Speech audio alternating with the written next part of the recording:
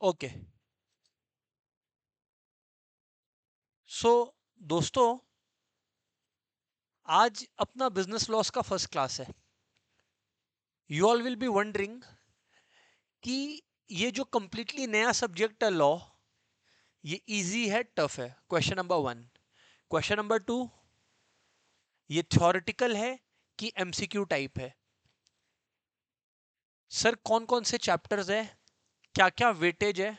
हम लोग जो चार्टर्ड अकाउंटेंट्स बनने वाले हैं 5-6 साल में, ये सारे लॉज हमारे क्या काम आने वाले हैं? ये कुछ 4 से 5 क्वेश्चंस है जो आप लोगों का अभी रहने वाला है। एक एक करके मैं पहले आप लोगों का बिजनेस लॉस से रिलेटेड सारा क्वेरीज को लूंगा एंड उसके बाद अपने आज फर्स्ट चैप्टर स्टार्ट करेंगे। तो सबसे पहला क्वेश्चन था कि सर लॉ टफ है या इजी है? तो मैं बता दूं, easy and at the same time very interesting है।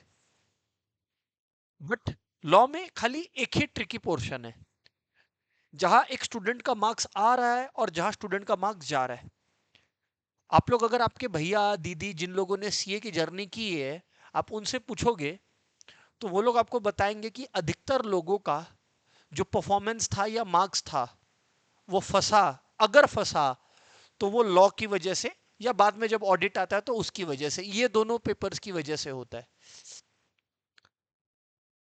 इसका मेजर रीजन है नॉलेज होते हुए भी अपने आंसर राइटिंग स्किल्स नहीं होता। मैं क्लास में जब डिस्कशन कर रहा हूँ तब मैं आंसर्स कैसे लिखना है वो बता रहा हूँ। अब आप लोग में से दो तरीके के स्टूडेंट्स होंगे हमेशा की तरह। एक, जो लोग उस बात पर भी ध्यान देंगे कॉन्सेप्ट समझने के साथ साथ, और दूसरे वो होंगे जो कॉन्सेप्ट तो समझेंगे, गलत तो वो लोग भी कर नहीं रहे हैं, बट वो लोग आंसर राइटिंग स्किल्स पर फोकस नहीं करेंगे, and that will create all the difference. ठीक है, तो सबसे पहले तो ये बात आप लोग समझो मेरी। नेक्स्ट बात, सर ये 100 मार्क्स का है एंड ये एमसीक्यू नहीं है, ये रिटन है। अपने को समय ज्यादा मिलता है लिखने के लिए आंसर, एंड ये रिटन है, पहला बात तो। और नेक्स्ट बात, आपको जैसे मैंने कहा कि ये रिटन है, तो अपने लोग को ये राइटिंग बहुत स्पेसिफिकली करना होगा, एक स्पेसिफिक तरीके से करना होगा। इनफैक्ट क्लास में हम लोग करेंगे भी प्रैक्टिस उसका। ये हो गया दूसरा बात। सर क्या वेटेज है और क्या क्या चैप्टर्स है? आइए पहले हम लोग क्या क्या चैप्टर्स है वो समझे और उनका वेटेज क्या है वो भी समझे। अगर आप लोग नंबर ऑफ चैप्टर्स मुझसे पूछते हो तो मैं आपको बता दूं, 7 चैप्टर्स हमारे सिलेबस में बिजनेस लॉस के है। 7 चैप्टर है, साथ साथ में मैं आपको वेटेज भी शेयर करते चलूंगा। अगर आप लोग देखो, सबसे पहले आपका आ रहा है इंडियन रेगुलेटरी फ्रेमवर्क, जिसको आज हम लोग करने भी वाले हैं, जिसके ऊपर चर्चा हम लोग आज करने भी वाले हैं। इसका वेटेज 5% के करीब है, मतलब 5 से 6 नंबर के करीब इंस्टीट्यूट इसको दे सकता है। नेक्स्ट, हीरो चैप्टर बोलता हूं इसको मैं, hero chapter, Indian contract act, 20 से 30%, यानी लगभग 20 से 30 मार्क्स। आपको समझ आ गया होगा कि इतना इंपॉर्टेंट है। सोगा, सेल ऑफ गुड्स एक्ट, 15 से 20% वेटेज रखता है। इंडियन पार्टनरशिप एक्ट, हाँ ब्रिलियंट, इंडियन पार्टनरशिप एक्ट। अच्छा, पार्टनरशिप से रिलेटेड 2 चैप्टर्स है हमारे सिलेबस में। एक इंडियन पार्टनरशिप एक्ट जो 20 नंबर के करीब का है, और एक एलएलपी एक्ट जो 5 से 10% पर करीब का है। कंपनीज एक्ट अगेन 15 से 20%। अच्छा, कंपनीज एक्ट बेहद इंपॉर्टेंट है, पता है क्यों? ये इंटर और फाइनल में भी है। इंटर और फाइनल में बाकी लॉस का भी इंप्लीकेशन है, ऐसा नहीं है कि मैं बोल रहा बाकी भूल जाना घर जाके। मेरा बोलने का मतलब है कंपनीज एक्ट का तो खासा है। ऑडिट में भी है, ऑडिट में भी कंपनीज एक्ट काम आएगा फ्यूचर में, इसी वजह से इसको मैंने ज्यादा इंपॉर्टेंट बताया। एंड निगोशिएबल इंस्ट्रूमेंट्स एक्ट, ये हमारे 7 टॉपिक्स हुए। तो अगर आप हाईएस्ट वेटेज टॉपिक्स देखोगे तो दोनों सी वाले chapters, contract act and companies act, 20-20% weightage के, मतलब 40 नंबर तो आप लोग समझ लो इधर से ही आ गया। सोगा और पार्टनरशिप और एलएलपी ये मिला के 40 से 50 नंबर ये लोग हो गए, और फिर बाकी इंडियन रेगुलेटरी फ्रेमवर्क और निगोशिएबल ये लोग मिला के 10 नंबर करीब हो जाएंगे। तो ये हमारा मार्क्स डिस्ट्रीब्यूशन है। क्या हमें सिलेक्टिव स्टडी करना चाहिए दोस्तों, क्योंकि अब आप सीए फाउंडेशन लेवल पर आ चुके हो? बिल्कुल भी नहीं। गेस वर्क और ये सब तुक्केबाजी से अपने बचेंगे। अपने हर चैप्टर को उतना ही रेलिवेंस के साथ, उतना ही फोकस के साथ पढ़ेंगे। सर, सबसे ज्यादा टाइम कंज्यूमिंग कौन सा चैप्टर है? कॉन्ट्रैक्ट एक्ट और कंपनीज एक्ट। क्यों? क्योंकि उनका वेटेज ज्यादा है तो कवरेज भी ज्यादा है। सबसे कम टाइम कंज्यूमिंग कौन सा है? Indian regulatory framework. वेटेज कम है, कंटेंट कम है, तो कवरेज भी कम होगा। सर, ये इंडियन रेगुलेटरी फ्रेमवर्क जो आप स्टार्ट करोगे, ये जो इंडियन रेगुलेटरी फ्रेमवर्क आज आप स्टार्ट करोगे, ये क्या किसी लॉ से रिलेटेड नहीं है?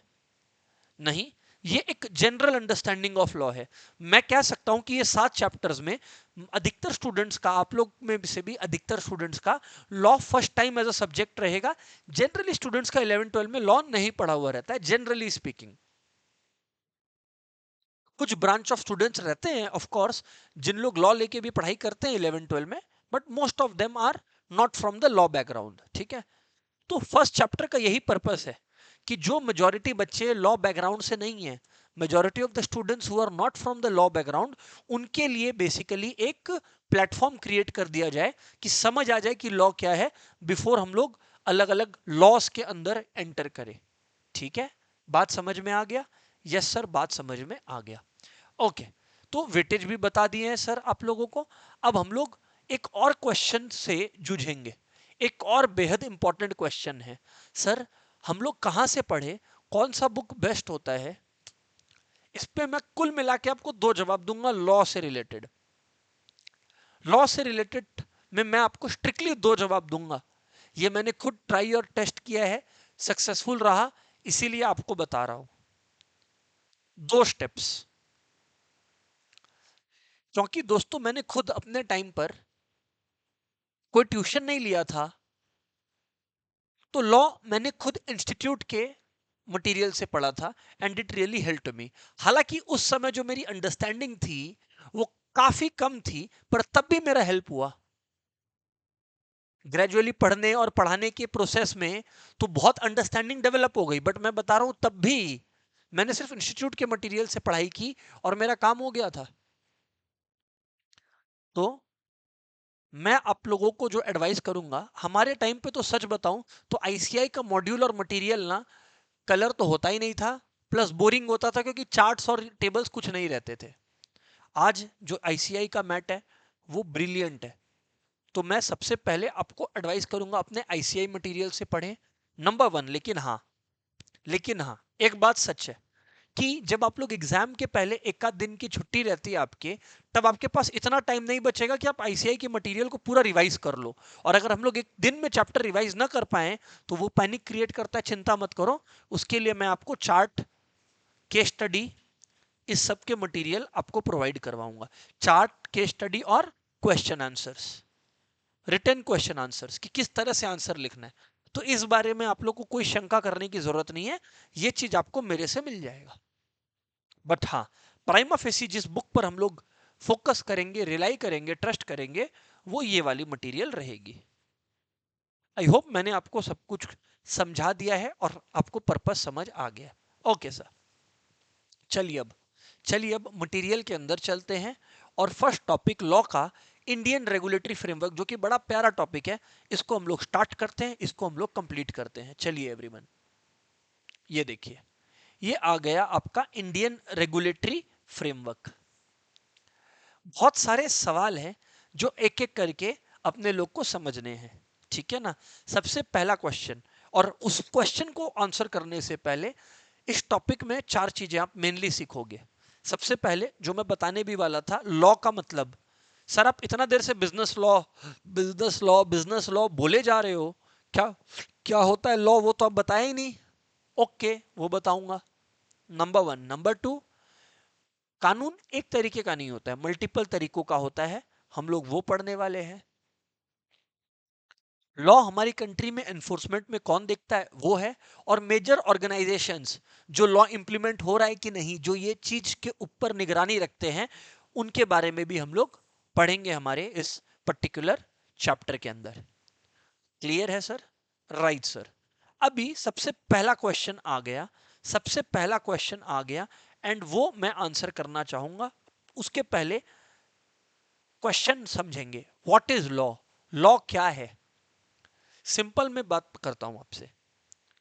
अगर आप मेरे से पूछो लॉ क्या है, मैं बोलूंगा set of legal rules and regulations, या लीगल वर्ड भी हटा दो, set of rules and regulations, जो कि एक इंडिविजुअल का, जो एक कंट्री में रहता है, ऑब्लिगेशन है परफॉर्म करना।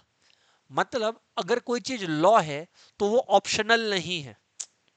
कोई चीज लॉ है तो वो ऑप्शनल नहीं है। एक वर्ड पे मैंने फोकस करवाया, मैंडेटरी, मैंडेटरी, कंपल्सरी। इस वर्ड पे ध्यान दो।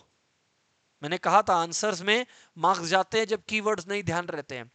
मैंडेटरी, कंपल्सरी, ये वर्ड पर ध्यान दो। सर ऐसा क्यों? देखिए, जब सोसाइटी शुरू होगी, हुई होगी, ह्यूमन सिविलाइजेशन जब स्टार्ट हुआ होगा, तब लॉ बोल के कुछ नहीं रहा होगा। थोड़ा सोचो, थोड़ा पीछे चल के सोचो। उस समय क्या रहा होगा कि हर आदमी एक तरीके से बिहेव कर रहा है, बट कुछ लोगों की वजह से और कुछ लोगों को दिक्कतें आनी शुरू हुई होंगी। कुछ लोगों की वजह से कुछ लोगों को तकलीफें आनी शुरू होंगी, हुई होंगी। तब तब कुछ नियमों को कंपलसरी बनाया गया, कुछ कानूनों को कंपलसरी बनाया गया। एग्जाम्पल देता हूं मैं। आज ह्यूमन, एज ह्यूमन बींग्स, मैं, आप हो, या जितने भी लिविंग स्पीसीज है, हम लोगों को कभी भी ये थॉट प्रोसेस नहीं आएगा या आना नहीं चाहिए कि इसके साथ हम झगड़ा कर ले, मारपीट कर ले। पता है क्यों? क्योंकि हम लोगों को ये पता है कि अगर हम ऐसा करेंगे तो हमारे अगेंस्ट लीगल एक्शन लिया जाएगा, जेल हो सकता है, बहुत बड़ी पेनल्टी लग सकती है। तो हम लोग इस चीज से बचेंगे। जो चीज इंसान से एक्सपेक्टेड था कि वो करेगा ही ऑर्डिनरी कोर्स में, और वो वैसी बिहेवियर नहीं दिखाता, तब लॉ का जरूरत पड़ता है। अगर फॉर एग्जाम्पल, अगर हम लोग अपने बेसिकली एरियाज को क्लीन रखे, तो इन्वायरमेंट प्रोटेक्शन का कोई लॉ का जरूरत ही नहीं पड़ता। आप लोग सोच के देखो, अगर हम लोग अपने एरिया को साफ सुथरा रखे, कोई किसी के साथ मार धाड़ ये सब करे ही ना, तो क्रिमिनल लॉ का कोई दरकार ही नहीं होता। सोसाइटी में अगर कोई मर्डर कभी होता ही नहीं, तो मर्डर से रिलेटेड लॉ कभी आता ही नहीं। तो याद रखिएगा, लॉ एक ऑब्लिगेशन और एक ड्यूटी है, ऑप्शन नहीं है। इसमें मैंने आपको लॉ का डेफिनेशन दे दिया, दो वर्ड दिया है, ओ और डी, ओ और डी। और या उल्टा कर देता हूं, डी और O, duties and obligations. Law is a set of duties and obligations. Law is a set of duties and obligations. Yes, sir. Law is a set of duties and obligations imposed by the government. जी हाँ, law is a set of obligations and duties imposed by who? By the government. काय को? For providing welfare and justice to the society.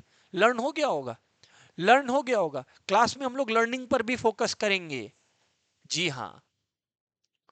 तो अगर आप यहां मेरे से पढ़ने आ रहे हो, तो ये एक एक्स्ट्रा चीज मैं आपके लिए तैयार कर दूंगा। क्या? समझा दूंगा।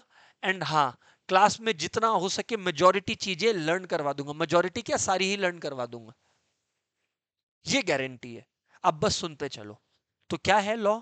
Set of obligations and duties imposed by कौन? By the government. क्यों? For securing welfare and justice. क्यों? For securing welfare and justice. अरे क्यों? For securing welfare and justice. India's legal framework reflects the social, political, economic and cultural aspects of our diversified country.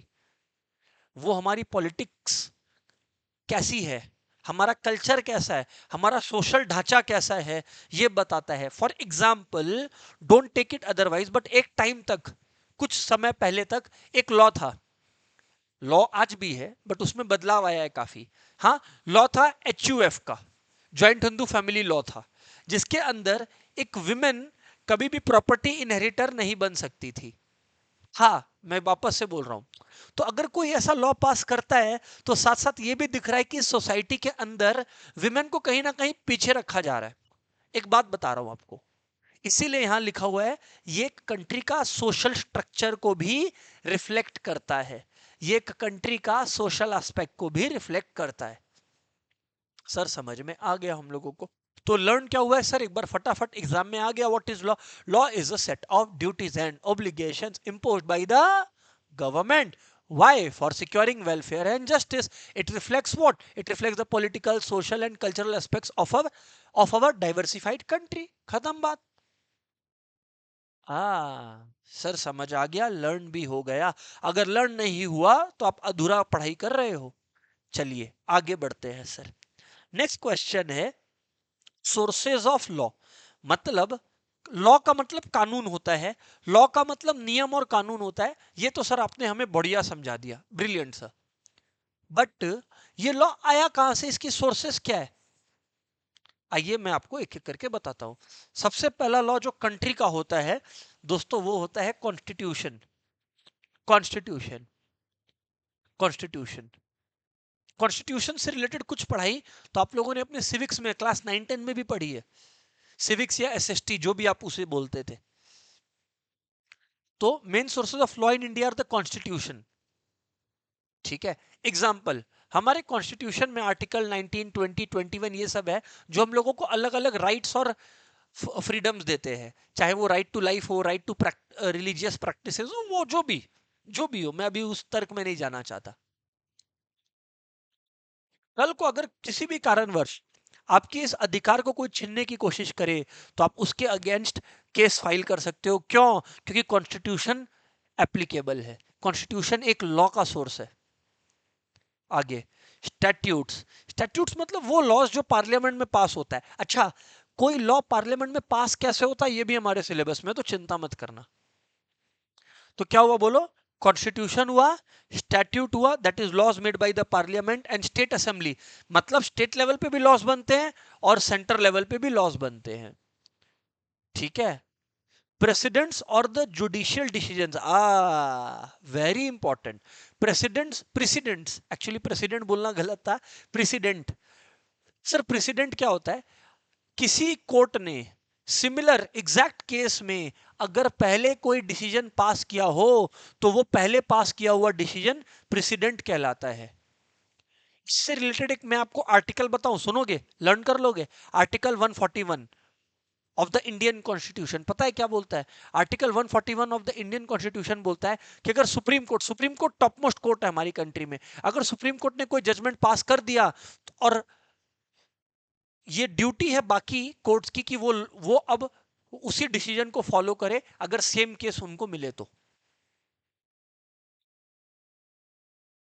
And established customs and usages, ये बड़ा खतरनाक है। And established customs and usages, एक एक करके बताऊं? ठीक है, फिर से पहले इतना लर्न कर लेते हैं ना। मेन सोर्सेज ऑफ लॉ क्या है बोलो? कॉन्स्टिट्यूशन। सबसे पहले क्या है बोलो? कॉन्स्टिट्यूशन। उसके बाद क्या है बोलो?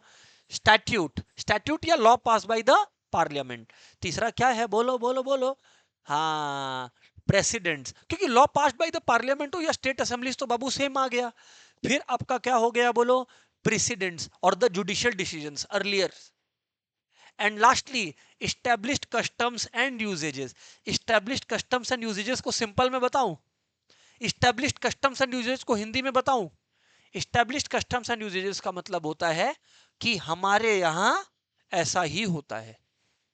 Established custom and usages. Sir नहीं समझ में आया, अभी दे देता हूं एग्जांपल।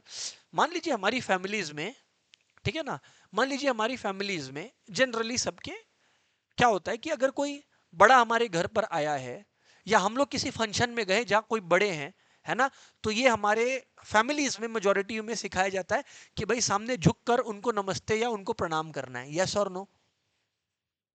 क्या ये कोई पेनल्टी लगाया गया आपके ऊपर? कोई क्राइम है अगर आप ऐसा ना करो तो?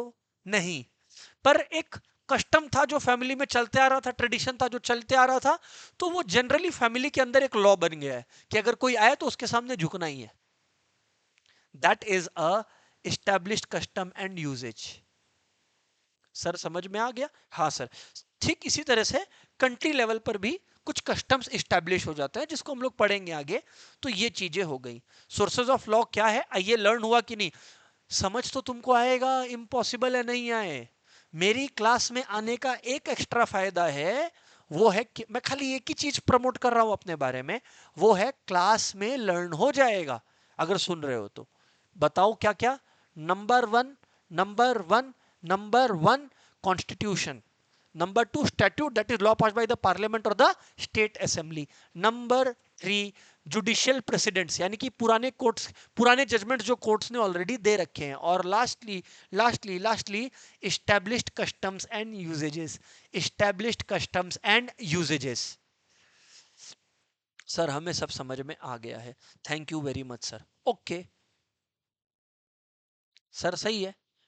अब चलिए थोड़ा सा आगे बढ़ते हैं। जब आप लोगों को लॉ का सोर्स समझ में आ गया है, तो नेक्स्ट बात चलते हैं कि ये लॉ बनता कैसे है, process of making a law.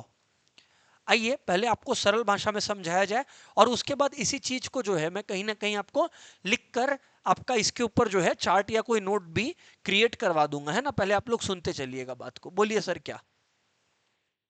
देखिए एवरीबडी लिसन केयरफुली, समझना बात को, है ना। दोस्तों होता यूं है कि कोई भी लॉ बाद में लॉ बनता है, जब उसे सबसे पहले तो यार आपको पार्लियामेंट में ये रखना पड़ेगा ना। पार्लियामेंट के अंदर क्या होते हैं भैया, मेनली पार्लियामेंट में होता है लोकसभा और राज्यसभा। तो आपको सबसे पहले तो दोस्तों करना यूं होगा कि आपको पार्लियामेंट में इसे रखना पड़ेगा। आपको पार्लियामेंट में उसे रखना पड़ेगा जो लॉ आप पास कराना चाहते हो। तब उसे लॉ नहीं कहते, तब उसे बिल कहते हैं। बिल बोला जाता है, अ bill is introduced in the parliament, ये नहीं बोला जाता है a law is introduced in the parliament, वो गलत हो जाएगा, स्टेटमेंट ही गलत है। फिर दोस्तों डिस्कशन, डिबेट्स, वोटिंग होती है। फिर लोकसभा जो होता है आपका, वो उसे पास करता है। अगर लोकसभा में पास हो गया, एवरीबॉडी प्लीज सुनिएगा, अगर लोकसभा में पास हो गया, तब वो कहां जाता है बताइए, राज्यसभा में जाता है। कहां जाता है, राज्यसभा में। और एक बार राज्यसभा में चला गया, उसके बाद प्रेसिडेंट उसे असेंट करता है, मतलब प्रेसिडेंट उसे साइन करता है। एक बार प्रेसिडेंट ने भी साइन कर दिया, ओहो, एक बार अगर प्रेसिडेंट ने भी साइन कर दिया, तब उसका एक ऑफिशियल डेट आता है जिस दिन से वो इफेक्टिव होता है पूरी कंट्री के अंदर।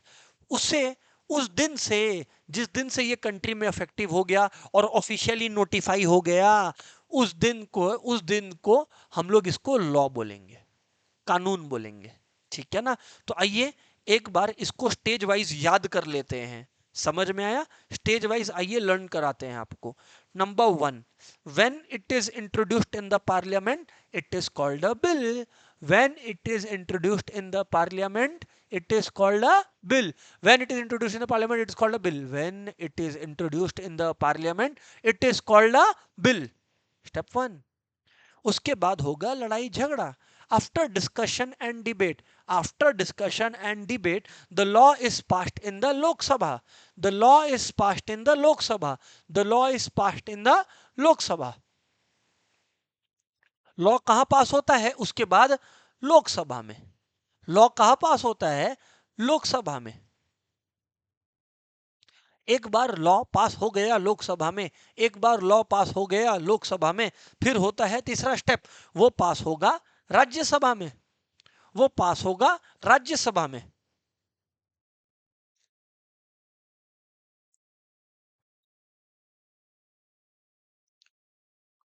तब वो पास होगा राज्यसभा में।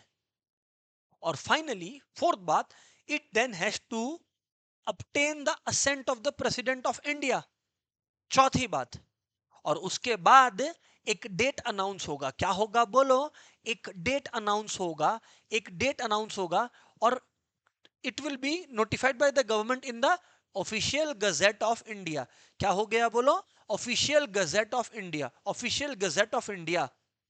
और लॉ उस डेट से एप्लीकेबल हो जाएगा, लॉ उस डेट से एप्लीकेबल हो जाएगा, और लॉ उस डेट से एप्लीकेबल हो जाएगा। ये जो है आपके पास यहां पे रहे 5 स्टेप्स। यहां पर रहे 5 स्टेप्स, यहां पर रहे 5 स्टेप्स, एवरीबॉडी यहां पर रहे आपके पास 5 स्टेप्स। सर सर सर इसे याद करवा दो ना, सर इसे याद करा दो ना। ओके ओके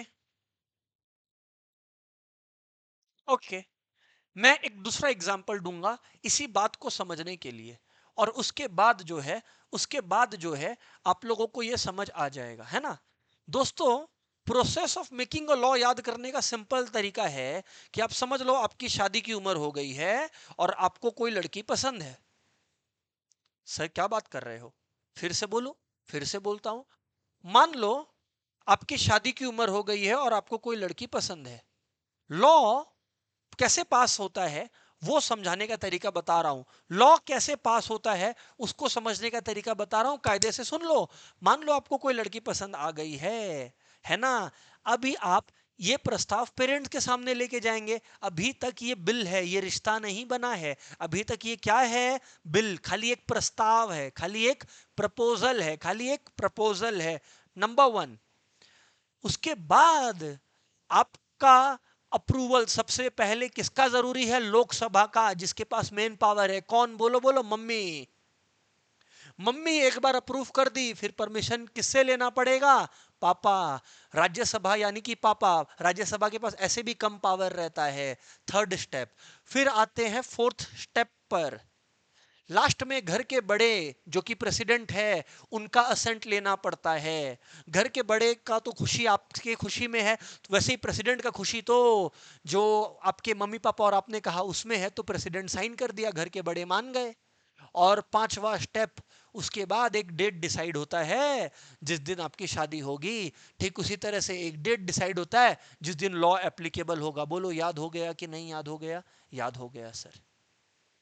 सो 5 स्टेप्स है सर, 5 स्टेप्स है। नंबर वन एक बार फिर से बोलेंगे। नंबर 1 क्या हुआ, पहले आपने प्रस्ताव रखा। क्या रखा, प्रस्ताव रखा। अभी ये क्या है, प्रस्ताव है कि रिश्ता है, प्रस्ताव है। अभी ये प्रस्ताव है कि रिश्ता है, प्रस्ताव है। जब जब जब लोकसभा का असेंट मिल गया, यानी मम्मी का असेंट मिल गया, तब किसका असेंट का दरकार है, राज्यसभा, पापा के असेंट का। जब मम्मी पापा ने हाँ कर दिया, फिर घर के बड़ों से पूछेंगे। घर का बड़ा कौन, प्रेसिडेंट। और जब ये सब हो गया तो एक फाइनल डेट होगा जिस दिन ये डिसीजन इंप्लीमेंट किया जाएगा, रिश्ता। उसी को बोलते हैं law, notified in the official gazette of the government of India. Sir हमें समझ में आ गया है, हमें याद भी हो गया है। ओके दोस्तों, thank you very much. Moving on, moving on. Types of laws in the Indian legal system. Types of laws in the Indian legal system. दोस्तों, इंडियन लीगल सिस्टम के दरमियान 4 तरीके के लॉज होते हैं। फिर से बोल रहा हूं, इंडियन लीगल सिस्टम के अंदर मेनली 4 तरीके के लॉज होते हैं। आओ सिंपल में समझते हैं, फिर सब कोई के बारे में कुछ ना कुछ अपने लर्न भी करेंगे। सबसे पहले क्रिमिनल लॉ। ये लॉ किसके लिए बना है, सीरियस क्राइम्स के लिए। सिंपल में समझाता हूं, फिर डिटेल में बताऊंगा। क्रिमिनल लॉ किसके लिए बना है, सीरियस क्राइम्स के लिए। मर्डर, फ्रॉड, रेप, ऐसे जो घिनौने क्राइम है, सीरियस क्राइम्स है, उनके लिए क्रिमिनल लॉ बना है। अच्छा, क्राइम हर ही सीरियस होता है, बट जो एक्सट्रीमली सीरियस केसेस होते हैं वो क्रिमिनल लॉ के अंदर कवर होते हैं। फिर होता है सिविल लॉ। क्या होता है बोलो, सिविल लॉ। अब मान लीजिए कि आपको कोई गुड्स डिलीवर करने वाला था, आपने किसी को बिल्डिंग कंस्ट्रक्शन का काम दिया था, उस भाई ने टाइम से काम कंप्लीट नहीं किया। आपका कुछ ड्यू था, आपने किसी को उधार दिया था, आपका कुछ ड्यू रिसीव करना है। क्राइम तो ये भी है कि आपने किसी से उधार लेके चुकाया नहीं, या आप किसी ने आपसे कॉन्ट्रैक्ट किया था कि इस दिन तक डिलीवर हो जाएगा, उसने किया नहीं, या इस क्वालिटी का हो जाएगा, उसने किया नहीं। खराब तो ये भी है, बट ये इस केसेस के मुकाबले कम सीरियस है। ये सिविल लॉ गवर्न करता है। सर क्रिमिनल और सिविल लॉ समझ आ गया है, लर्न नहीं हुआ है, ओके। तीसरा आता है कॉमन लॉ। क्या होता है, कॉमन लॉ। कॉमन लॉ को एक बात बोलूंगा और याद हो जाएगा, क्या बोलो तो, केस लॉ। याद है मैंने आपको कहा था सोर्स ऑफ लॉ, कोई भी प्रेसिडेंट जो पहले हुआ है वो है यस और नो। यस, एग्जैक्टली वही है, एग्जैक्टली वही है, एग्जैक्टली वही है। ये जो जुडिशियल प्रेसिडेंट है ना, एग्जैक्टली वही है। कोई भी जुडिशियल प्रेसिडेंट मतलब कोई डिसीजन जो पहले पास किया गया है, कोई डिसीजन जो पहले पास किया गया है, एग्जैक्टली ये वही है कॉमन लॉ। ओके सर, समझ आ गया। Judicial president, yes sir, judicial president. इसमें कुछ रूल्स चलते हैं, पता है क्या? अच्छा, बाय द वे, आर्टिकल 141 याद आ गया? तो मैंने क्या कहा था, सुप्रीम कोर्ट ने अगर कोई डिसीजन दे दिया तो बाकी कोर्ट्स को भी सेम केस में यही डिसीजन देना पड़ेगा जो सुप्रीम कोर्ट दे रखा है। कंडीशन है, the case of the facts of the case are similar on all four legs.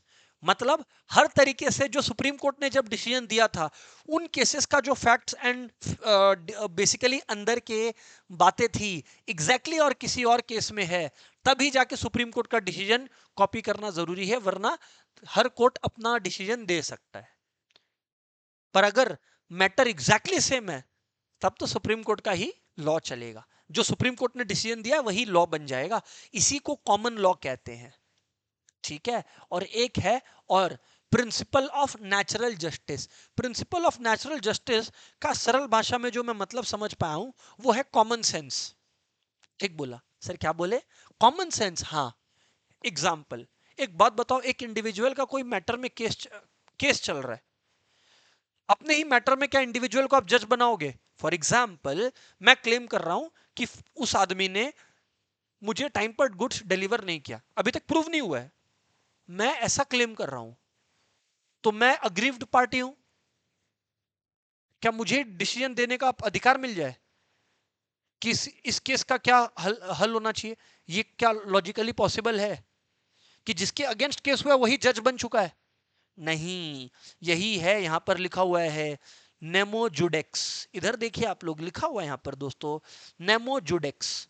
No one should be made a judge in his own cause and its rule against prejudice। पहली बात। और दूसरी बात, ऑडी alteram पार्टेम। Audi alteram पार्टेम। दोस्तों सुन के ये Harry Potter का कोई जादुई स्पेल लगता है, पर ये वो है नहीं। इसका मतलब है कि दूसरे पार्टी को भी बोलने का मौका तो दो। आप केवल अपना अपना रोना रो दिए, सामने वाली पार्टी का बात भी तो सुनो। यही है हियर द पार्टी। तभी तो फेयर हियरिंग होगा, तभी तो इंसाफ दिया जाएगा। यही है प्रिंसिपल ऑफ नेचुरल जस्टिस, कि सामने वाले को भी बोलने का मौका दिया जाए। सर समझ में आ गया। सर एक बार क्रिमिनल और सिविल लॉ अब आप लर्न करवा दो ना हमें। बिल्कुल sir. Criminal law is concerned with laws. यहां तक क्या लर्न करवाऊं? कुछ है? नहीं। Relating to violations, of course कोई भी लॉ वायलेशंस के लिए बना है। Related to violations of the rule of law और public wrongs and punishment of the same. तो क्रिमिनल लॉ के अंदर क्या क्या पब्लिक रॉन्ग है, जैसे मर्डर एक पब्लिक रॉन्ग है, और उसके लिए क्या पनिशमेंट है, उसके लिए भी एक लॉ बनाया गया है। देखो, क्रिमिनल लॉ दो तरीके से कवर्ड है। एक है इंडियन पिनल कोड के अंदर, जहां बताया गया है कि क्या क्या क्राइम्स है और उनकी सजा क्या है और क्या क्या प्रोसेस लेना है, वो लिखा गया कोड ऑफ क्रिमिनल प्रोसीड्यूर में। तो क्रिमिनल लॉ के अंदर दो सब पार्ट्स हो गए हैं। कौन कौन से? इंडियन पिनल कोड और code of CrPC, criminal procedure code 1973। अब देखो आप लोग, एक इंटरेस्टिंग चीज देखो, 1860, 1973, कभी भी ये लिखा रहे, इसका अर्थ होता है कि वो लॉ कब से एप्लीकेबल हुआ। Indian penal code 1860, criminal procedure code 73, कब से एप्लीकेबल हुआ? एग्जाम्पल देना जरूरी है एग्जाम में। कोई फ्रॉड, कोई असॉल्ट, कोई थेफ्ट, मर्डर, रेप, ये सारी चीजें। तो criminal law is a law against public wrongs and the punishment for the same. Criminal law is a law containing public wrongs and punishment for the same. Violations of law, violations of law। अच्छा, इसके अंदर क्या क्या covered है? दो तरीके के हिस्से हैं, इंडियन पिनल कोड और सीआरपीसी। फिर से एक बार लर्न करें क्या? लर्न करो, लर्न करो, लर्न करो, बोलो क्या?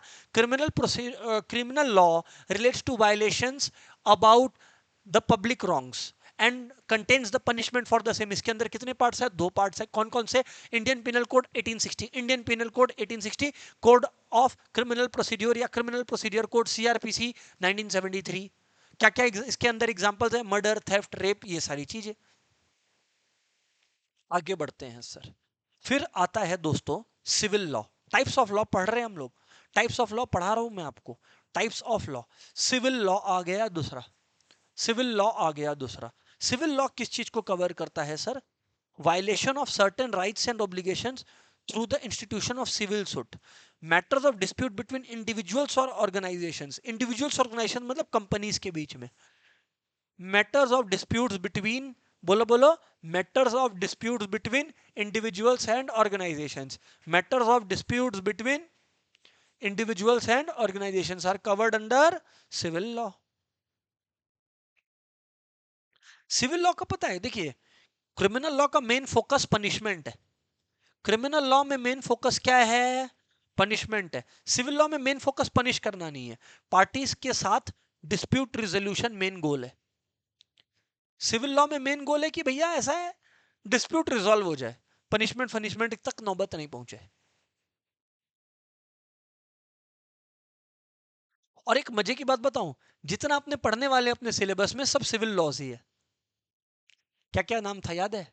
Partnership law, institutions and organisation, individuals, contract act, institutions and organisations, SOGA, sale of goods act, institutions and organisations, companies act, institutions and organisations. इसीलिए मैंने कहा हमारे सिलेबस में मेनली सिविल लॉ है, ठीक है ना। सारे सिविल लॉस तो पॉसिबल नहीं है, वो जिसको पढ़ना होता है ना, फिर तो उन लोगों को अलग से लॉ का डिग्री भी हासिल करना होता है। इसीलिए काफी सीएस आजकल सीए करने के साथ साथ लॉ भी पढ़ रहे हैं, जो लोग लॉ में स्पेशलाइज करना चाहते हैं। सर समझ में आ गया, आगे बढ़ते हैं, आगे बढ़ते हैं, आगे बढ़ते हैं। नेक्स्ट है सिविल लॉ हो गया। तो अच्छा, example of civil law, breach of contract, non delivery of goods, non payment of dues, ठीक है।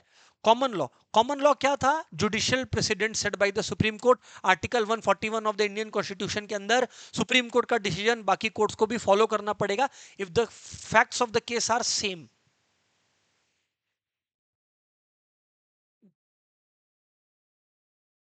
सर हमें याद हो गया ये बात भी, चलिए एक बार और। Criminal law related to punish public wrongs, main focus is on punishment. Civil law, main focus is on dispute resolution. It contains breach of contracts, है ना, late delivery of goods, non payment of dues. Common law, judicial precedent, और finally principle of natural justice. इसमें आपको कभी भी answer लिखना है, दो बातें आपको लिखनी पड़ेंगी। प्रिंसिपल ऑफ नेचुरल जस्टिस में दो बातें आप भूल नहीं सकते, इम्पॉसिबल है। पहली बात है, you can not be a जज इन योर ओन केस, नेमो जुडेक्स। और दूसरी बात, ऑडी ऑल्टरम पार्टम, मतलब let the other party speak, आप खुद के केस में जज नहीं हो सकते। और दूसरा, let the other party speak, give the chance of hearing to them as well. Sir हमें बात समझ में आ गया है, सर हमें यहां तक बात समझ में आ गया है, एकदम बढ़िया, वेरी गुड। चलिए नेक्स्ट है enforcing the law. Enforcing the law, enforcing the law मतलब चलिए कानून बन चुकी है, मुबारकबाद, मुबारक सबको, कानून बन चुका है, मुबारक सबको। पर एक बात बताओ मुझको, क्या कानून बन जाना इनफ है? बात बताओ मुझको, क्या कानून बन जाना इनफ है? ये बता दो मुझको आप। जवाब है नहीं, कानून बन जाना इनफ नहीं है, कानून बन जाना इनफ नहीं है।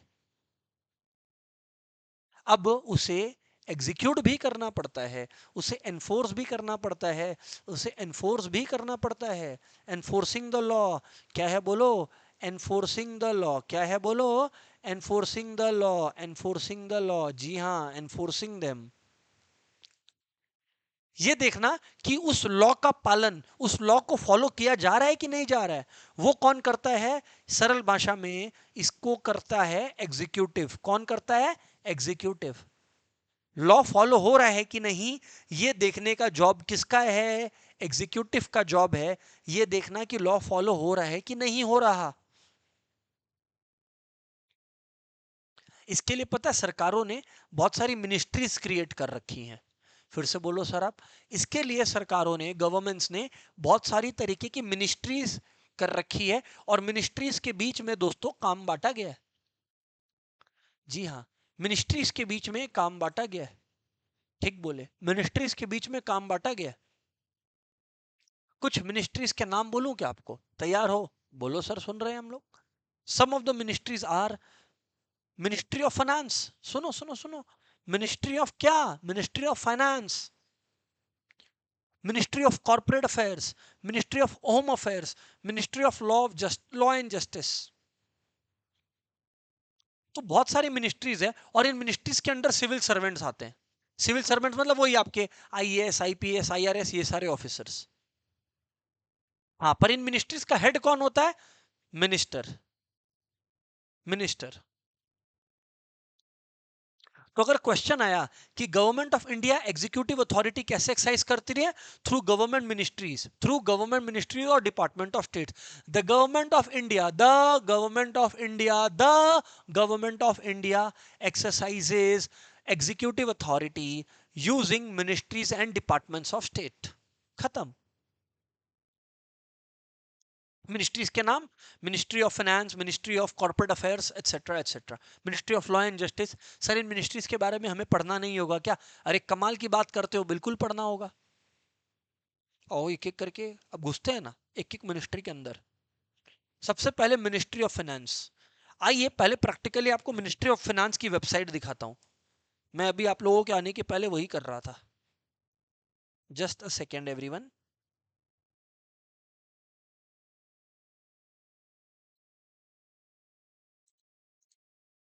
यहां पर देखिए आप लोग, मिनिस्ट्री ऑफ फाइनेंस की ये होम अफेयर्स है। एक सेकेंड।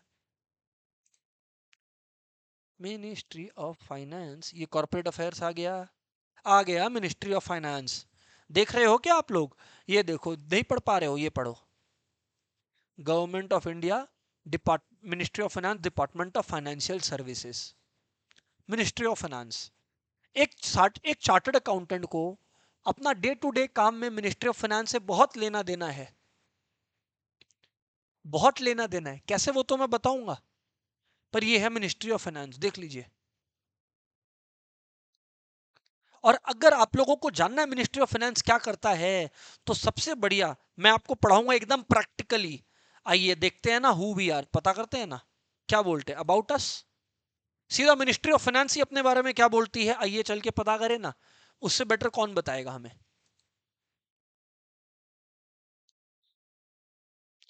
और ये भी बता दूं आप लोगों को कि जो मिनिस्ट्री ऑफ फाइनेंस है एवरीवन, ये जो मिनिस्ट्री ऑफ फाइनेंस है, इसका मेन काम आपका जो टैक्सेशन है, इधर देखिए यहाँ पे the scope of ministry of finance, इधर देखिए पढ़िए, जिसको आजकल डिपार्टमेंट ऑफ फाइनेंशियल सर्विसेज भी बोलते हैं। तो याद रखना, ministry of finance slash department of financial services लिख लो। Ministry of finance slash department of financial services, वरना फंस जाओगे। मिनिस्ट्री ऑफ फाइनेंस, इधर देखो, covers the functioning of banks, financial institutions, insurance companies and national pension scheme। हाँ, finance related matters, banks, financial systems, ये सब में देखती है वो। इंश्योरेंस सेक्टर, पेंशन सेक्टर, जहां पैसे इन्वेस्ट हो रहे हैं, जहां पैसे इन्वॉल्व है पब्लिक के। The major functions of this department, ये देखो कितने बढ़िया से इन्होंने बताया है। पहला, एडमिनिस्ट्रेटिव, मतलब डे टू डे अफेयर्स को कंडक्ट करना पब्लिक सेक्टर बैंक्स में, यानी गवर्नमेंट बैंक्स में जैसे state bank of India, public sector companies में जैसे कोल इंडिया, इन लोगों का डे टू डे मैटर्स को देखना। एडमिनिस्ट्रेशन ऑफ एक्ट, हाँ, कुछ लॉज ठीक से फॉलो हो रहे कि नहीं वो देखना। मैंने तो आपको बोला था मिनिस्ट्री का क्या काम है, एग्जीक्यूटिव का क्या काम है, यही तो देखना कि भैया लॉ एग्जीक्यूट हो रहा है कि नहीं, नाम ही एग्जीक्यूटिव है। एग्जिम बैंक का जो एक्ट है वो फॉलो हो रहा है कि नहीं, small industrial development bank of India act follow हो रहा है कि नहीं। स्कीम, अगर सरकार काफी बार है ना, आप लोग को पता है, जन धन योजना है ना, emergency life credit line guarantee scheme, ऐसे करके कितने सारे गवर्नमेंट स्कीम्स लॉन्च करती है। तो वो स्कीम्स खाली कागजी है या फॉलो हो रहे हैं कि नहीं, वो भी ये लोग देखते हैं। तो हो गया ना आपका मिनिस्ट्री ऑफ फाइनेंस, जिसका आप लोगों को फंक्शंस याद हो गया है। क्या याद हुआ मैं बताऊं आप लोगों को? आप लोगों को याद हुआ कि जो मिनिस्ट्री ऑफ फाइनेंस है वो क्या करती है? वो करती है, पहला बात तो एडमिनिस्ट्रेशन ऑफ सर्टन लॉज, कि कुछ लॉज फॉलो हो रहे हैं कि नहीं हो रहे हैं। वो banks, public sector companies pension schemes को देखती है। वो देखती है कि जितने गवर्नमेंट स्कीम्स आए हैं फाइनेंस सपोर्ट करने के लिए, वो सब एप्लीकेबल अप्लाई हो रहे हैं कि नहीं हो रहे हैं, और कायदे से फॉलो हो रहे हैं कि नहीं हो रहे हैं। और अगर आप इंस्टीट्यूट के मटेरियल में आओगे, आपको अलग कुछ नहीं मिलेगा। By the way, ministry of finance को हिंदी में वित्त मंत्रालय भी कहा जाता है। आज एज अ चार्टर्ड अकाउंटेंट हमारा जो day to day work life है, वो इससे इंपैक्ट होगा मिनिस्ट्री के डिसीजन से। मिनिस्ट्री कभी भी कुछ भी रूल्स आया बैंक से रिलेटेड, तो अब आप बैंक की ऑडिट कर रहे हो, एग्जांपल देता हूं। आपने अभी पढ़ा मिनिस्ट्रीज पब्लिक सेक्टर बैंक्स को रेगुलेट करता है, पब्लिक सेक्टर कंपनीज को रेगुलेट कर रहा है। आप एक ऑडिटर हो, आप एक चार्टर्ड अकाउंटेंट हो जो प्रैक्टिस कर रहा है। मिनिस्ट्री ने कोई लॉ में बदलाव ले आया, एक बात बताइए आप मुझे, क्या आप उसे फॉलो नहीं करोगे? करोगे ना। इसीलिए मिनिस्ट्री ऑफ फाइनेंस बड़ा इंपॉर्टेंट है। देखिए मिनिस्ट्री ऑफ फाइनेंस के अंदर क्या क्या आ गया जो मैंने आपको बताया। IRS, Indian revenue service, Indian audit service, Indian economic service, और इंडियन सिविल अकाउंट्स सर्विसेज, और Indian cost and management account service भी।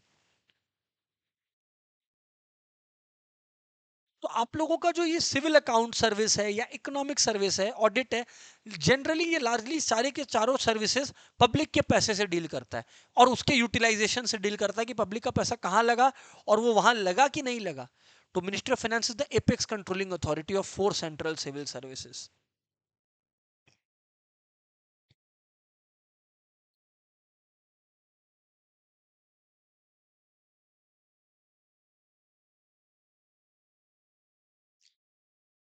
और फाइनेंस मिनिस्टर जो होता है, आपको पता है ना करेंट फाइनेंस मिनिस्टर कौन है? निर्मला ताई। लिख के मत आना निर्मला ताई, निर्मला सीतारमन है। ताई हम लोग प्यार से बुलाते हैं। तो अभी यहां पर सुनिएगा, this ministry is so important that many ministers have preferred to hold the portfolio of finance ministers also। और इसका मेजर फंक्शन फाइनेंस मिनिस्ट्री का क्या है पता है ना? बजट प्रेजेंट करना। बजट प्रेजेंट करना, क्या प्रेजेंट करना? ईयरली जो बजट प्रेजेंट होता है। ये रहा देखिए, सबसे ज्यादा श्री मोरारजी देसाई ने एज अ फाइनेंस मिनिस्टर 1962 से 1969 के बीच में 10 यूनियन बजट्स प्रेजेंट किया है। फिर श्री पी चिदम्बरम साहब, फॉलोड बाय श्री प्रणब मुखर्जी जो बाद में हमारे कंट्री के प्रेसिडेंट भी बनते हैं। यस सर, ये बात तो समझ में हमें आ गया। तो मिनिस्ट्री ऑफ फाइनेंस के अंदर कौन कौन से डिपार्टमेंट्स आते हैं? Departments of economic affairs, department of expenditure, department of revenue, department of, अच्छा एक एक करके पहले पहले डिपार्टमेंट के अंदर मिनिस्ट्री ऑफ फाइनेंस के अंदर कौन कौन से सर्विसेज आते हैं पहले वो लर्न करो। कौन कौन से सर्विसेज आते हैं? Indian revenue service, Indian audit and account service, Indian economic service, Indian civil account service. Learn हो गया? चलो अब आगे बढ़ो। कौन कौन से डिपार्टमेंट्स आते हैं? Economic affairs, expenditure, uh, economic affairs और एक्सपेंडिचर, क्लियर है कि नहीं? फिर डिपार्टमेंट ऑफ रेवेन्यू, फिर department of financial services, department of investments and public assets management, and department of public enterprises, and department of public enterprises. Department of economic affairs, expenditure department, revenue department, financial services, investment and public management, और public enterprises, department of public enterprises.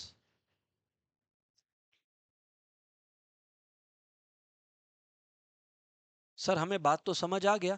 Economic affairs department बोलिए, expenditure department, revenue department, financial services department, investment department and public services department, public enterprises department. Sir ये हो गया खत्म ministry of finance. हाँ sir समझ आ गया। चलिए एक एक करके बोलते हैं, है ना? सबसे पहले मिनिस्ट्री ऑफ फाइनेंस क्या है? मिनिस्ट्री ऑफ फाइनेंस बेसिकली आप लोगों का गवर्नमेंट ट्रेजरी से डील करती है, पहली बात है कि नहीं है? और it concerns itself with tax से रिलेटेड लॉज, फाइनेंशियल लेजिस्लेशन, है ना, financial institution, capital markets, insurance sector, इन सब से ये डील करती है।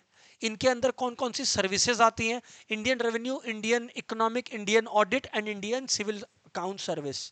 कौन कौन से डिपार्टमेंट आते हैं? Department of expenditure, department of economic affairs, department of revenue, financial services.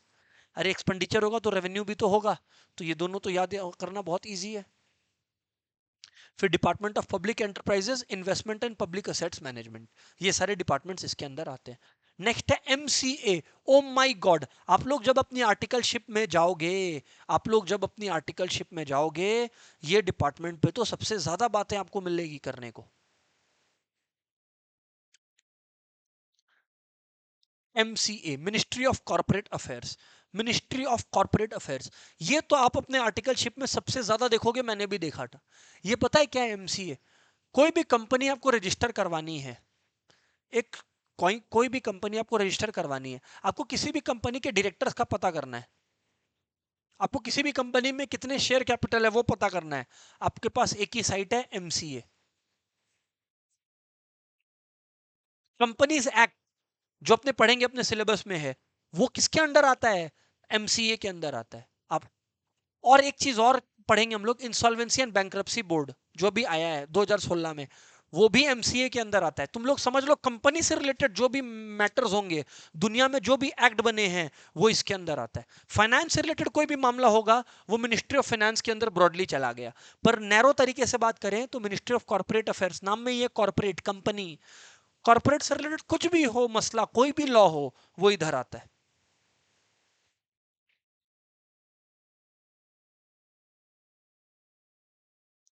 It is mostly run by civil servants. It is primarily concern with administration of, administration मतलब ये देखना कि ठीक से फॉलो हो रहा है कि नहीं हो रहा है। Companies act, LLP act and insolvency and bankruptcy code. Sir समझ में आ गया। आइए आपको मिनिस्ट्री ऑफ कॉर्पोरेट अफेयर्स का भी दर्शन करवाते हैं। आइए आइए आइए।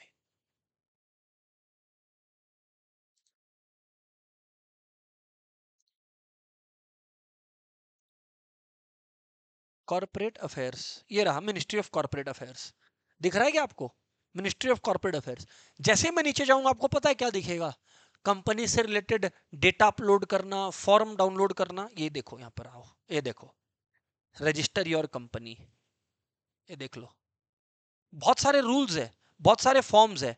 Company forms download, close your company, LLP registration, अपना एलएलपी को क्लोज करने से रिलेटेड, ये सारी चीजें यहां पर कवर्ड होती हैं। नेम रिजर्वेशन, कि कौन कौन से नाम रिजर्व्ड है।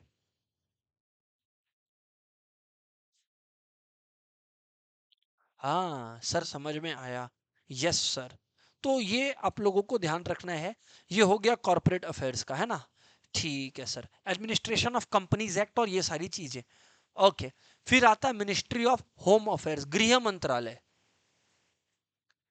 Home affairs ministry mainly border और इंटरनल सिक्योरिटी को देखती है, नाम में ये home affairs. Maintenance of internal security and domestic policy, जैसा मैंने आपको बताया, ministry of home affairs. Sir आपने क्या एमएचए की भी साइट रख रखी है क्या? जी हाँ बिल्कुल है ना। ये रहा home ministry, ministry of home affairs.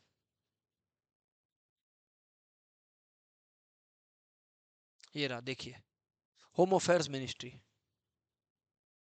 तो ये होम अफेयर्स मिनिस्ट्री जो है, ये headed by union minister of home affairs. काफी टाइम तक अमित शाह जी थे। अभी आप लोग सुनिए, इसके अंदर आ गया department of border management, internal security, department of home, department of Jammu Kashmir and Ladakh affairs, क्योंकि जम्मू कश्मीर लद्दाख हमेशा से सेंसिटिव एरिया रहा है। Department of state, department of official language, इसके अंदर भी देखिए सब डिपार्टमेंट्स है। डिपार्टमेंट ऑफ ऑफिशियल लैंग्वेज के अंदर सेंट्रल ट्रांसलेशन ब्यूरो है, सेंट्रल हिंदी ट्रेनिंग इंस्टीट्यूट है, डायरेक्टर ऑफ सेंसस ऑपरेशंस है, डायरेक्टोरेट। सेंसस का बेसिकली काम होता है पॉपुलेशन से रिलेटेड हर 10 साल में डेटा को इकट्ठा करना और कंपाइल करना। सर हमें बात समझ में आ गई है। तो आपने अभी हमें बताया, शुरू से रिवाइज करते हैं। मिनिस्ट्री ऑफ फाइनेंस, जो कि finance related matter, taxation related matters, insurance sector, public sector enterprises, public sector banks का डे टू डे फंक्शनिंग और उनसे रिलेटेड लॉस को रेगुलेट करता है। फाइनेंस मिनिस्टर इधर ही आते हैं और यही लोग प्रेजेंट करते हैं budget, yearly budget, in the first working day of February. और बजट से रिलेटेड इकोनॉमिक्स में भी अपने पढ़ेंगे, इकोनॉमिक्स के सिलेबस में भी है प्रोसेस ऑफ बजट मेकिंग। अच्छा, मिनिस्ट्री ऑफ फाइनेंस के अंदर कौन कौन से सर्विसेज आ गए? Indian revenue, Indian civil, civil accounts, Indian economic, department of economic affair, department of revenue, department of expenditure, department of public and investment management. ठीक है। फिर आया कॉर्पोरेट अफेयर्स, जो basically administration of corporate law देखता है हमारी country के अंदर। फिर होम मिनिस्टर के बाद हम लोग आगे बढ़ेंगे और अब हम लोग चलेंगे ministry of law and justice. ये क्या चीज से डील करता है? मैनेजमेंट ऑफ लीगल अफेयर्स से ये डील करता है through the legislative department. Deals with management of legal affairs, deals with management of legal affairs, deals with legislative activities through the Department of Legal Affairs, deals with administration of justice in India through Department of Justice। तो तीन चीजें हैं। Ministry of law and justice deals with, बोलो बोलो, management of legal affairs, बोलो बोलो, through legislative department. क्या आपको पता है ministry of law and justice के अंदर तीन हिस्से हैं? Department of legal affairs, legislative department, department of justice. ये तीनों का अलग अलग काम है, तीनों का अलग अलग काम है, बट हम लोग को पहले individually ministry of law and justice को पढ़ना है।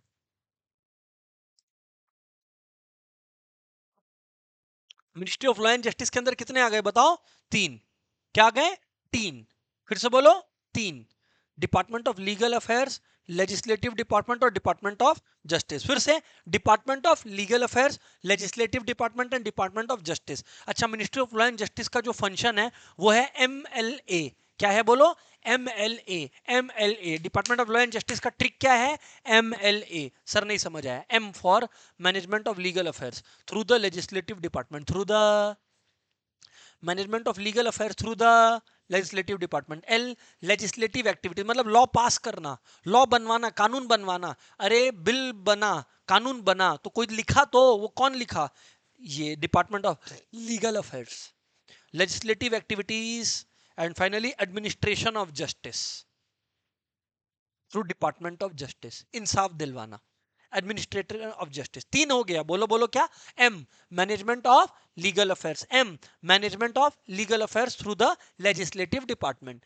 L, legislative activities legal affairs through the department of legal affairs. और lastly administration of justice through department of justice. जो लीगल अफेयर्स वाला जो डिपार्टमेंट है ना, जो आपका लीगल अफेयर्स वाला डिपार्टमेंट है ना, वो एडवाइस भी देता है बहुत सारे मिनिस्ट्रीज को। वाइल लेजिस्लेटिव डिपार्टमेंट, देखो ये जो लीगल अफेयर्स वाला डिपार्टमेंट है ना, डिपार्टमेंट ऑफ लीगल अफेयर्स या लेजिस्लेटिव डिपार्टमेंट, हाँ या ना, ये जो डिपार्टमेंट ऑफ लीगल अफेयर्स होता है, ये जो डिपार्टमेंट ऑफ लीगल अफेयर्स होता है, ये जो डिपार्टमेंट ऑफ लीगल अफेयर्स होता है आप लोगों का, मैं बता दूं, डिपार्टमेंट ऑफ लीगल अफेयर्स ये बेसिकली एडवाइस देता है मिनिस्ट्रीज को कि आपको कैसा लॉ बनाना चाहिए, क्या कानून बनाना चाहिए। और लेजिस्लेटिव डिपार्टमेंट उन लॉस को लिखता है, एक्चुअली बकायदा लिखता है, और डिपार्टमेंट ऑफ जस्टिस उसे इंप्लीमेंट करता है।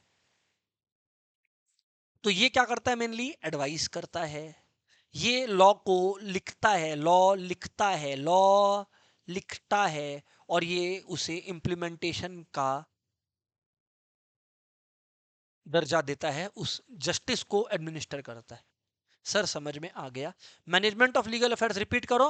Management of legal affairs through legislative department, legislative activities through legal affairs and administration of justice, MLA। अब आगे आपका, बोलो बोलो कौन? सेबी। पता ही है सबको, स्टॉक एक्सचेंजेस में स्कैम हो रहा था 1980s के टाइम पे, याद है ना, हर्षद मेहता।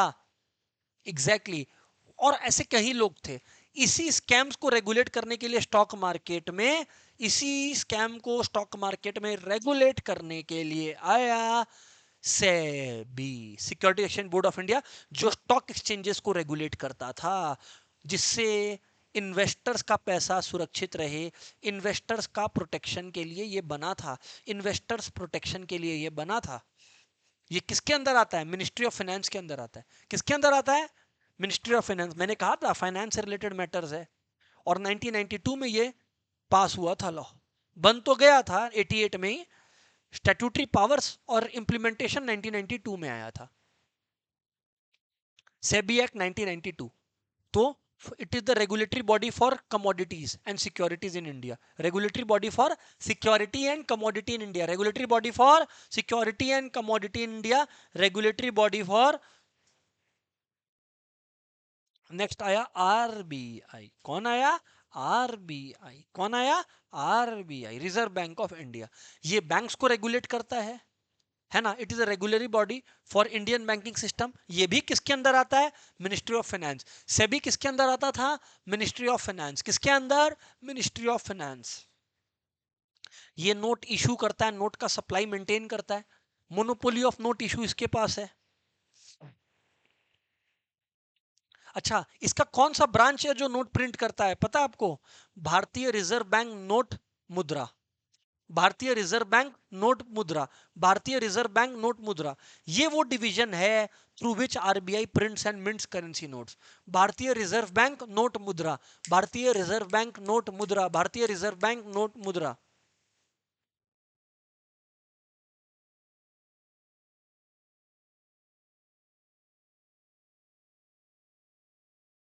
और फिर अभी 2016 में लेटेस्ट आया है आपका, बोलो क्या?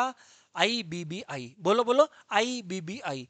IBBI, insolvency and bankruptcy board of India 2016. क्या होता था कि कंपनी बंद होने वाली है. अब कुछ लोग हैं जिनका उधार चुकाना बाकी है, कुछ पेमेंट्स है जो करने बाकी है.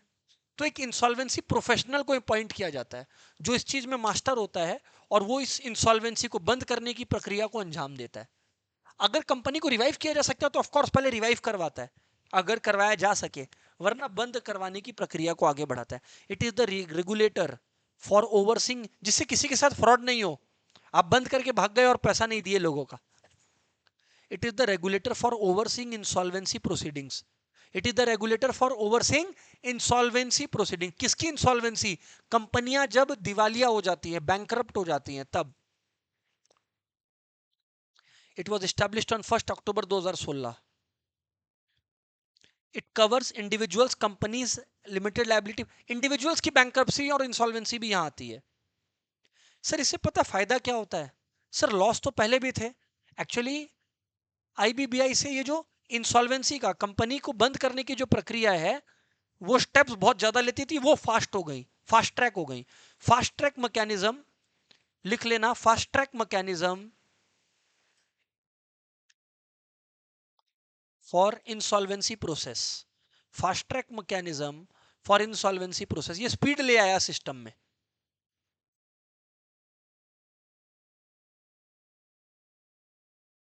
और इसके अंदर दो ट्रिब्यूनल्स है. बेसिकली दो ट्रिब्यूनल्स, या बेसिकली आप लोग बोल सकते हो कोर्ट्स है. एक है नेशनल कंपनी लॉ ट्रिब्यूनल और डेट रिकवरी ट्रिब्यूनल, एनसीएलटी और डेट रिकवरी ट्रिब्यूनल.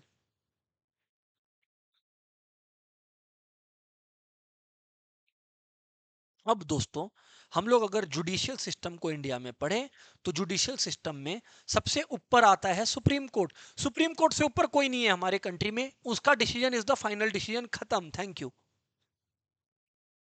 और सुप्रीम कोर्ट के भी जो हेड होते हैं वो चीफ जस्टिस होते हैं. चीफ, अच्छा, हर, बेसिकली हर आपके ये जो स्टेट्स पे लेवल पे हाईएस्ट होते हैं वो होते हैं हाई कोर्ट. और आपको जान बता दूं, हम लोग कलकत्ता से ये क्लास करवा रहे हैं, और Calcutta high court oldest court है, 1862 में स्टैब्लिश हुआ था.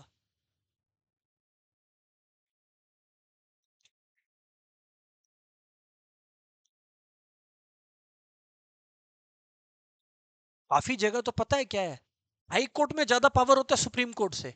बताऊं कैसे? देखो, एक होता है रिट फाइल करना, एक पिटीशन फाइल करना. फंडामेंटल राइट्स अगर आपका वायलेट हुआ है, आप हाई कोर्ट भी जा सकते हो, सुप्रीम कोर्ट भी जा सकते हो. पर कोई भी और मैटर से रिलेटेड भी अगर आपको रिट फाइल करना है तो आप हाई कोर्ट जा सकते हो, सुप्रीम कोर्ट नहीं जा सकते. सुप्रीम कोर्ट तभी जा सकते हो जब राइट्स का वायलेशन है, बट हाई कोर्ट में आप रिट कभी भी फाइल कर सकते हो. रिट मतलब एक पिटीशन, मदद की गुहार. देखो, रिट पिटीशन यहाँ पे आर्टिकल 32 में है, और यहाँ पे रिट पिटीशन अंडर आर्टिकल 226 है. इस मामले में तो हाई कोर्ट में ज्यादा पावर है. सुनने में उल्टा लगता है, पर हाँ, रिट पिटीशन के मामले में तो हाई कोर्ट में ज्यादा पावर है.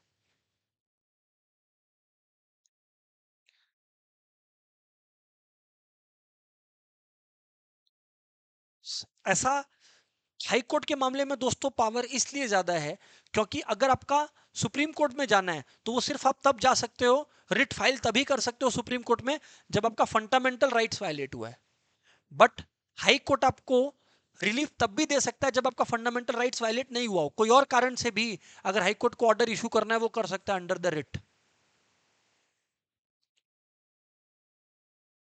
रिट की अपील फाइल करने का मैंने बात किया यहां पर। रिट पिटीशन मतलब रिक्वेस्ट कि एक ऑर्डर इशू करो। फिर डिस्ट्रिक्ट कोर्ट्स आते हैं और उसके बाद आते हैं मेट्रोपॉलिटन कोर्ट्स। एक बात बड़ा इंपॉर्टेंट है, below the high courts are district courts. The courts of district जज deal with civil law matters only. और द कोर्ट ऑफ सेशंस, देखो डिस्ट्रिक्ट कोर्ट में दो हो गया ना, एक एक आपका हो गया डिस्ट्रिक्ट जज का कोर्ट जो सिविल लॉ से डील करता है, और एक सेशंस कोर्ट जो क्रिमिनल मैटर्स को डील करता है।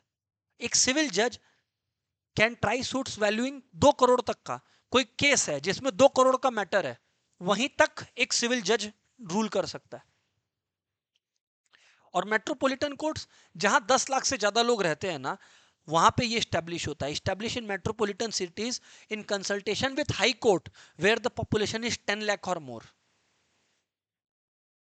इसमें होता है chief metropolitan magistrate has powers as chief judicial magistrate and metropolitan magistrate has powers as a court of magistrate of the first class. ये है डिस्ट्रिक्ट कोर्ट और मेट्रोपॉलिटन कोर्ट्स के बारे में। डिस्ट्रिक्ट कोर्ट के अंदर आपका सिविल केसेस भी होता है, पर अगर क्रिमिनल केस है आपका तो आप सेशंस कोर्ट जाएंगे। कहां जाएंगे? Sessions court. और सिविल जज कितना तक का सूट देख सकता है? 2 करोड़ रुपए तक का। कितने तक का? 2 करोड़ रुपए तक का।